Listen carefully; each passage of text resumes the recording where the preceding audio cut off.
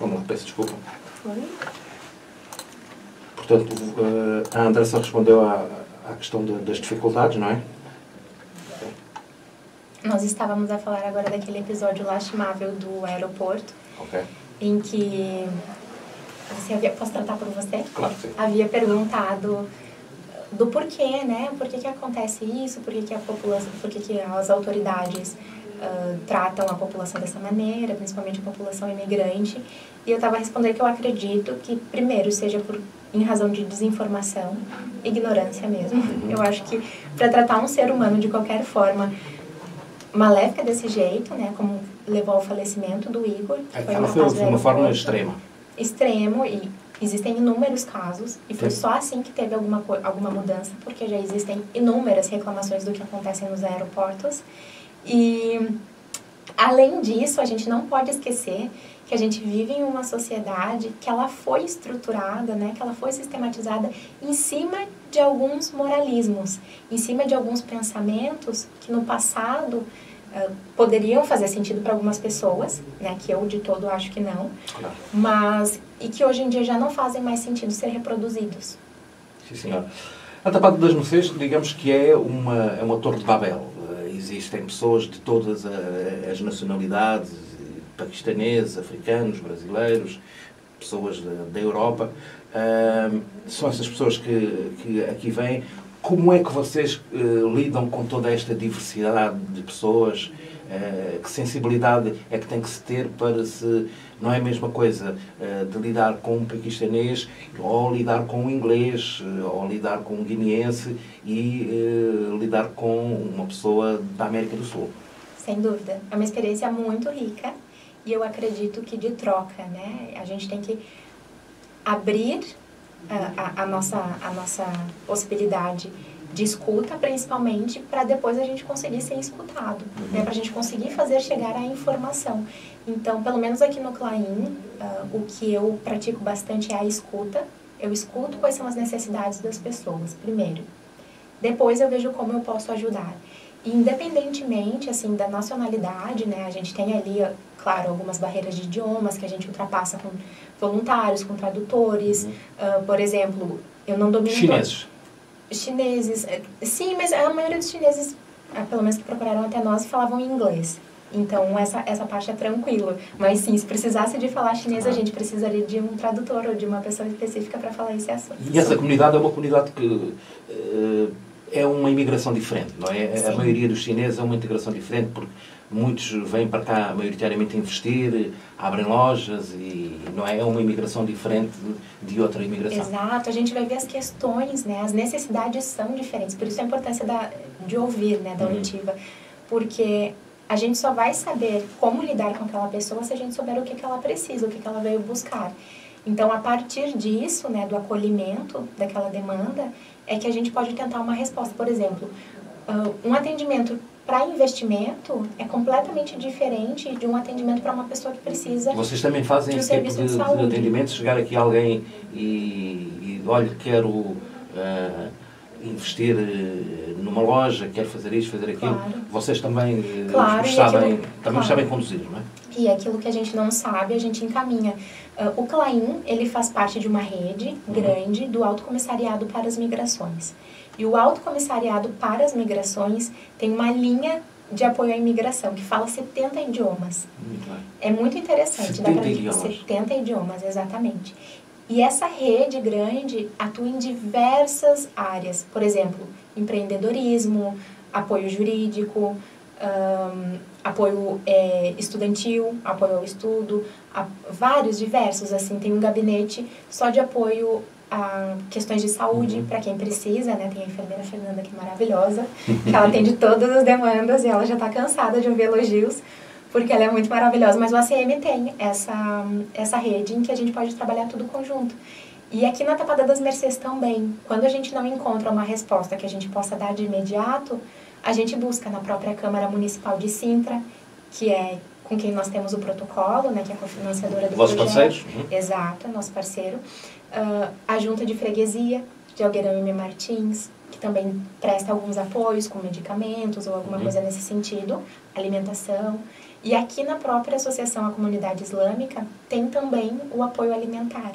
Então, a gente tenta por diversas formas ajudar como a gente pode ou com quem possa auxiliar nesse sentido. Muito bem, mas também há portugueses que podem recorrer ao vosso apoio, não é? Pronto, o que acontece? O CLAIN, ele foi desenvolvido para atender imigrantes. Então, elegíveis para o projeto, via de regra, a gente tem que atender a população imigrante. E um nicho bem específico de imigrantes em Portugal. Que aí vem algumas críticas, né?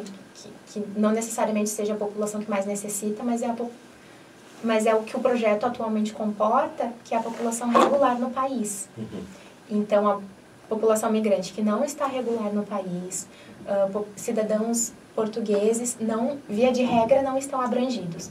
Mas como aqui a Associação à Comunidade Islâmica é que nem coração de mãe. Acolhe todo mundo. Exato. Existem vários outros projetos que vão poder dar respostas. Eu também estou aqui para auxiliar no que for preciso. E a gente tenta sempre auxiliar todo mundo que nos procura. Muito bem. Sim, senhor. Então, estamos a sair de uma situação complicada, que foi a pandemia. Não é? Graças a Deus, as coisas estão a melhorar devido portanto, às várias medidas que foram tomadas pelo Governo. Como é que a Associação lidou com esta questão da pandemia?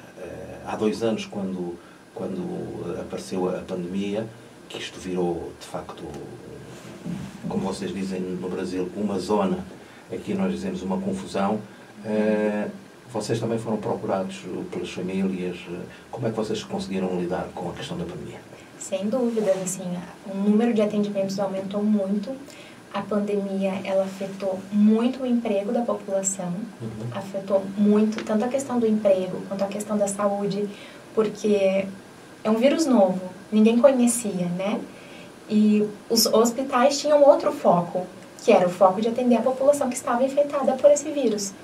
Que as outras demandas mais comuns, e o que é compreensível, né, por ser um vírus novo, demanda mais atenção, mas as outras demandas, as outras pessoas que também precisavam de utilizar os serviços, viram-se ali desamparadas por uma lacuna de tempo, por um período. Além disso, a questão da habitação, que mesmo antes da pandemia em Portugal já era uma questão forte, né, sempre foi os altos arrendamentos, o baixo salário mínimo, a população que não ganha o suficiente para pagar, né, a habitação. A pandemia trouxe, agravou, agudizou, como a gente chama, essa situação de vulnerabilidade da população. Então, sim, a gente sentiu, tanto nos atendimentos quanto no nosso apoio alimentar. A gente apoia atualmente cerca de 70 famílias.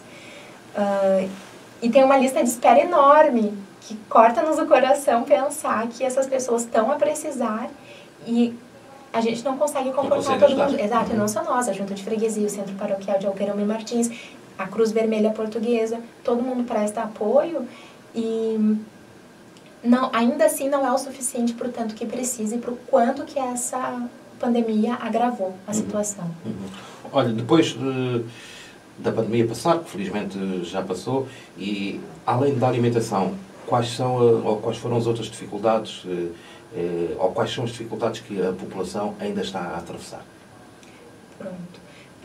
Tem também a questão, nessa linha de informação, do desencontro da informação, a pandemia também teve um aspecto que tiveram imensas mudanças legislativas.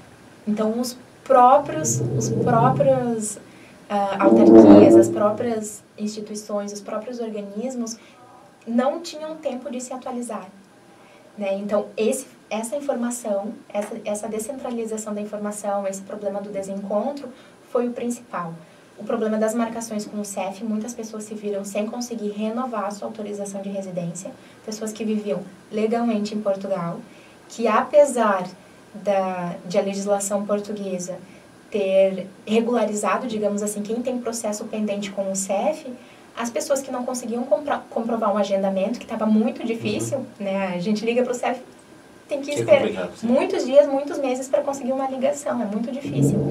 E essas pessoas que não conseguiam agendamento não estavam abrangidas pela legislação. Então, isso foi uma das principais situações, né? Claro, nós temos a questão da saúde, a questão da alimentação, a questão da habitação, que foi essencial. A habitação ainda foi gritante, porque teve, legislativamente falando, né, juridicamente falando, teve um bloqueio, uma suspensão dos despejos, por exemplo, mas que vários senhorios, vários proprietários, no incumprimento da lei, não quiseram ainda saber. assim mandavam as pessoas embora. E tem duas associações que são bem fortes nisso, que é a Habita e a Stop Despejos, que trabalharam muito nesse período de pandemia, justamente para denunciar as situações em que os despejos eram ilegais. E, infelizmente, a polícia, quando era chamada ao local, apesar de se mostrar prestativa naquele momento, não tinha o que fazer. Dizia, se o proprietário trocar a chave, eu não tenho como colocar vocês ali dentro. Né, as pessoas que estavam a ser despejadas. Então, a indicação era não sair da casa. Mas aí, o proprietário cometia diversas coisas. Trancava a porta, cortava serviços mínimos, luz, água, e as pessoas ficavam em uma situação de precariedade até que eram forçadas a sair. E a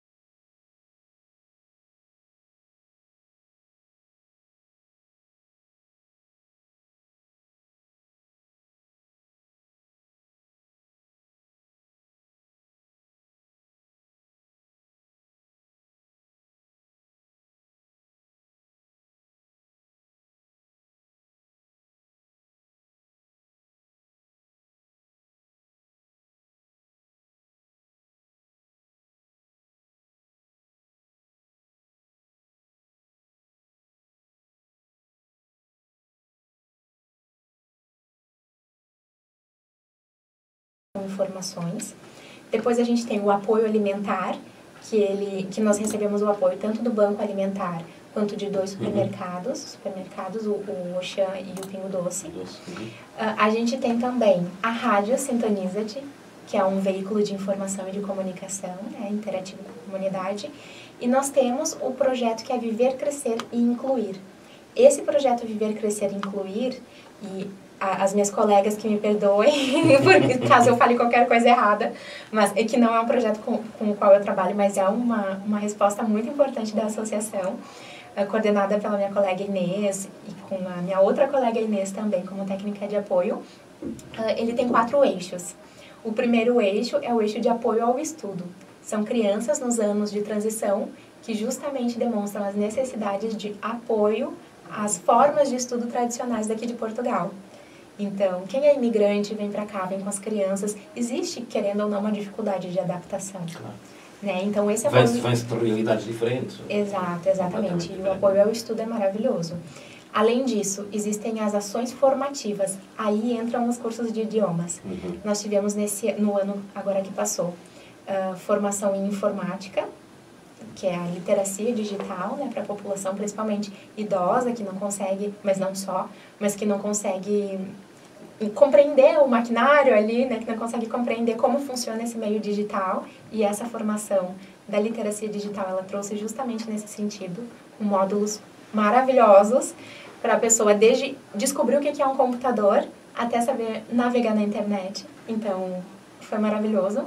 Também formações de inglês a nível básico, talvez as formações avancem para o próximo ano em um nível básico ou mais avançado, não sabemos ainda.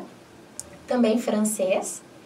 O árabe, ele foi em algumas edições anteriores, mas até fica a chamada para quem for voluntário e queira ensinar o idioma. Exatamente, nós estamos abertos, ou outros idiomas que queiram propor, nós estamos abertos para receber também.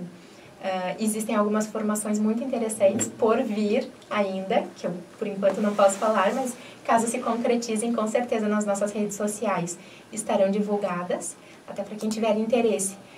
No Facebook, na página do Facebook da associação, no Instagram da associação, o próprio Instagram da Rádio Sintoniza-te, a gente veicula muitas informações sobre, tanto quanto a questão agora da votação, quanto várias outras informações sobre os nossos serviços, sobre os direitos da população, sobre as últimas notícias. Então, a gente tem trazido esse tipo de informação também nas nossas redes sociais. Muito bem. Estamos então a chegar ao fim desta nossa agradável conversa. Bom, isto já falámos de pandemia, já falámos de eleições, já falámos de tudo. O futuro. Já falámos aqui de muitas coisas. Que outros projetos é que a Associação tem para implementar num futuro próximo? Num futuro próximo, eu acho que o grande projeto da Associação é o Centro Comunitário, em que, não sei se já ouviu falar do Centro Comunitário, do projeto que é a menina dos olhos do Sr. Mamadou, que é o presidente da nossa associação. Ele já falou. Pronto. Futuramente, esperamos que em um futuro próximo, a gente mude a nossa sede. O nosso ciclo nesse espaço aqui físico, ele se cumpra e a gente vai para um outro lugar, que tenha mais capacidade e comporte mais serviços da associação, né, desse trabalho tão importante. E o Centro Comunitário, ele vai funcionar algumas quadras daqui e prevê, inclusivamente, a possibilidade de, por exemplo, educação pré-escolar, talvez creches, por que não, alguma escola, também vai comportar as necessidades religiosas. Como escrita. Exatamente, porque a gente atualmente tem essa divisão da vertente religiosa e da vertente comunitária. Muito bem. Exato. E na parte comunitária a gente não faz nenhuma distinção, né? Todas as etnias, todas as nacionalidades, todas as religiões, todas as idades, exatamente, a gente não faz essa distinção. E esse espaço vai comportar todas essas necessidades. Então é um projeto grande, é um projeto lindo que está para sair do papel e para ser concretizado em breve. Além disso, nós temos também a possibilidade de mais programas artísticos, interativos na rádio. Maíra, por favor. A Maíra, que é a coordenadora do projeto, vai poder explicar muito melhor que eu. Então, convido a todos a ficarem atentos às programações. Então, vem muita coisa legal por aí. E mais pra frente, vários serviços. O trabalho que não falta aqui. Exatamente. Vamos só recordar às pessoas, aos nossos ouvintes, para ouvirem a rádio, como é que a rádio pode ser ouvida, como é que a podem sintonizar? Na internet, claro? Na internet, no navegador, coloca sintoniza -t, tem o hífen e o T é mudo, então é sintoniza-t.pt. Muito bem. Falei certo? Boa. É isso, não é? Sim, senhor. Ok, foi então a segunda edição deste programa. Na próxima semana, com certeza, teremos outra convidada, teremos mais temas. Agradeço a sua presença, Andreia. Espero que continue a fazer o trabalho com toda essa jovialidade e todo esse entusiasmo que aqui nos mostrou. E nós voltamos na próxima semana. Obrigada, muito obrigada. Obrigada pelo convite.